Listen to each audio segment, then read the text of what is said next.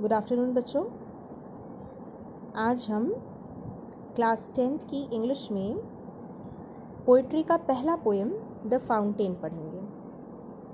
The fountain, fountain means फवारा, और इसको कंपोज किया है जेम्स रसल लॉयल ने।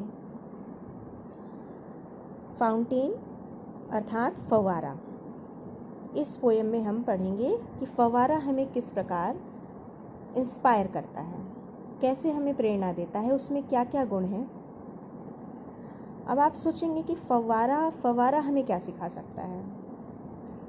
तो प्रकृति की हर रचना में हमें कुछ ना कुछ सीखने के लिए मिलता है। सृष्टि की हर रचना बहुत ही खूबसूरती से ईश्वर ने बनाई है, और बनाने के साथ साथ एक सीख भी हमें दी है।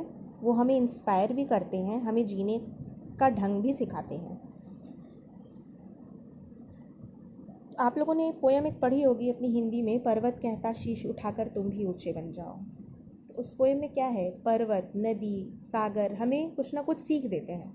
तो आज इसी तरह हम इंग्लिश में भी पोएम पढ़ेंगे द फाउंटेन, जो कि हमें जीने का ढंग सिखाता है कि हमें कैसे जीना चाहिए। तो चलिए स्टार्ट करते हैं थोड़ा। तो पहले अबाउट द पोएम पढ़ते हैं कि इस पोएम में क्या बताया है पोएट ने। द फाउंटेन लुक्स ब्यूटिफुल, जो फवारा है वो बहुत ही खूबसूरत दिखाई देता है, both by night and by day. चाहे रात हो चाहे दिन हो, फवारा हमें हर समय खूबसूरत ही दिखाई देता है। In the moon light the fountain looks वाइटर than snow. Moon light, चांद के प्रकाश में फाउंटेन हमें कैसा दिखता है, फवारा कैसा दिखता है, वाइटर देन स्नो, बर्फ से भी ज़्यादा सफ़ेद। When the wind blows, और जब हवाएं चलती हैं, हवा चलती है, it waves like a flower, ये कैसा लहराता है, एक फूल की तरह, एक पुष्प की तरह लहराता हुआ प्रतीत होता है। It does not feel tired, ये कभी थकता नहीं है, because it is always in motion, क्योंकि ये हमेशा गतिमान रहता है। It keeps throwing its water upward, और आपने कभी देखा होगा कि फव्वारे की गति होती है ऊपर से नीचे की ओर आना, तो ये हमेशा पानी को ऊपर की तरफ लेके जाता है। The poet wishes to be fresh, और पोइट की भी ये इच्छा है कि वो भी फव्वारे की तरह फ्रेश, एक्टिव, फ्रेश मतलब ताज़ा, तरोताज़ा रहे, एक्टिव रहे यानी हमेशा गतिमान रहे, क्रियाशील रहे, चेंजफुल हमेशा बदलता रहे, एंड कॉन्स्टेंट लेकिन फिर भी स्थिर रहे। कॉन्स्टेंट मतलब स्थिर रहना, लाइक द फाउंटेन, फाउंटेन की तरह वो भी इच्छा करता है कि वो हमेशा तरोताज़ा रहे, एक्टिव रहे, और हमेशा बदलता हुआ लेकिन समान रहे। आइए तो हम इसकी पहला पैराग्राफ पढ़ते हैं।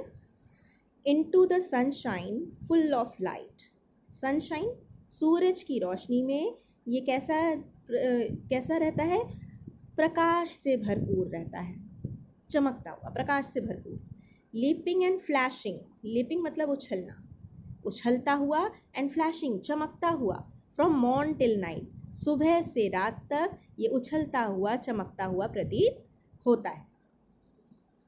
फवारा सनशाइन में यानी कि सूर्य की रोशनी में चमकता हुआ और उछलता हुआ चमकता हुआ सुबह से शाम, सुबह से रात तक प्रतीत होता है। इनटू द मून लाइट, चंद्रमा की रोशनी में, वाइटर देन स्नो, बर्फ से भी ज़्यादा सफ़ेद दिखाई देता है, श्वेत वर्ण का दिखाई देता है।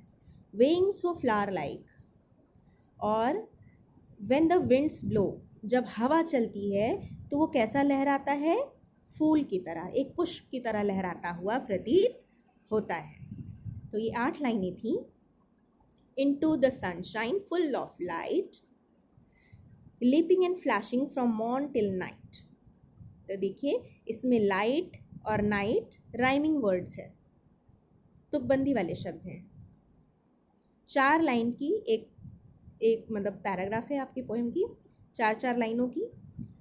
और दूसरे पैरा में moonlight, into the moonlight whiter than snow, wings of flower like when the winds blow. Snow और ब्लो राइमिंग वर्ड्स हैं, ठीक है। तो अभी केवल ये उसका गुण बताया जा रहा है कि वो सूर्य के प्रकाश में और चंद्रमा के प्रकाश में कैसा प्रतीत होता है। आज हम यहीं तक पढ़ेंगे, फिर कल हम नेक्स्ट टर्न पे हम अगली 8 लाइनें पढ़ें। तब तक आप इसको पढ़िए, समझिए, याद करिए और जो ना समझ में आए वो पूछिए।